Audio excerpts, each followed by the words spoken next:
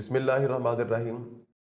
ہم نے بنیادی عقائد 5 پڑھے ہیں، ان میں پہلا عقیدہ ہے توحید، اور توحید کا ہم بنیادی طور پر تعارف سمجھتے ہیں۔ سب سے پہلے اسی طرح ہوگا کہ لفظ کے اندر اس کا لغت میں معنی اور پھر اس کے بعد اس کا اصطلاحی معنی۔ لغت میں اس کا معنی ہے اللہ کو ایک ماننا اور یکتا جاننا۔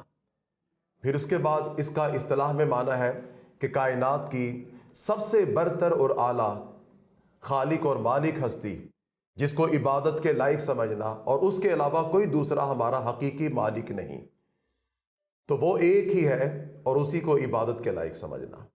اس کے بعد بنیادی طور پر توحید کی 3 قسمیں ہیں۔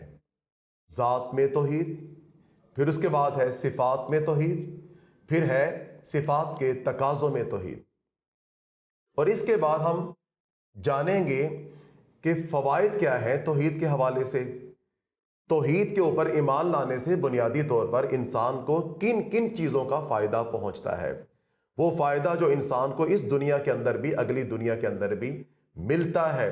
سب سے بڑا فائدہ تو یہ ملتا ہے کہ وہ ایک رب کی پہچان کی وجہ سے قدم قدم پر سجدوں کی ضلالت جو کہ شرک کی وجہ سے کرنے پڑتے ہیں اس سے بچ جاتا ہے۔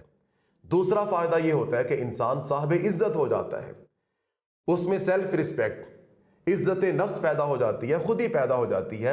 وہ کم از کم اپنے آپ کو پہچانتا ہے کہ اسے اس کے رب نے وہ شرف آدمیت، انسانیت بخشا ہے جو کائنات میں کسی فرشتے کے پاس نہیں، کسی جن کے پاس نہیں، کسی اور مخلوق کے پاس نہیں، اور انسان اسی توحید کو پہچاننے کی وجہ سے کائنات میں سب سے اونچا ہو جاتا ہے۔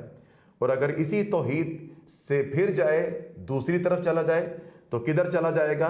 وہ جانوروں سے بھی بدتر ہو جائے گا۔ تو بنیادی طور پر ہم سب سے پہلے ذات میں توحید کو سمجھیں گے۔